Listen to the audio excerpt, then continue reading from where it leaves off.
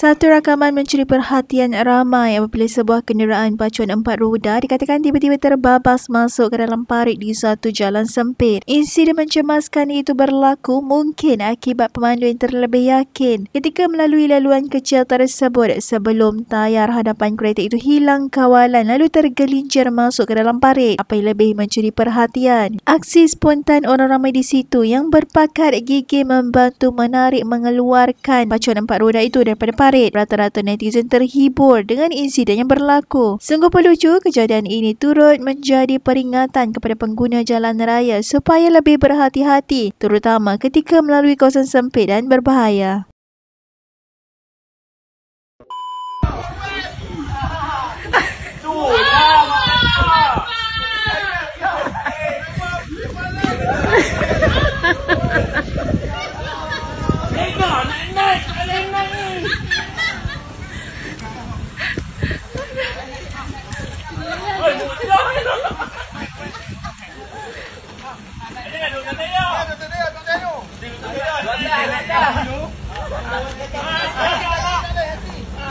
Pelan-pelan lah, kami duduk belakang ni.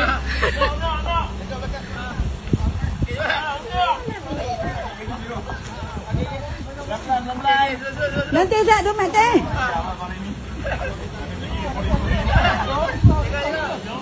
Ha!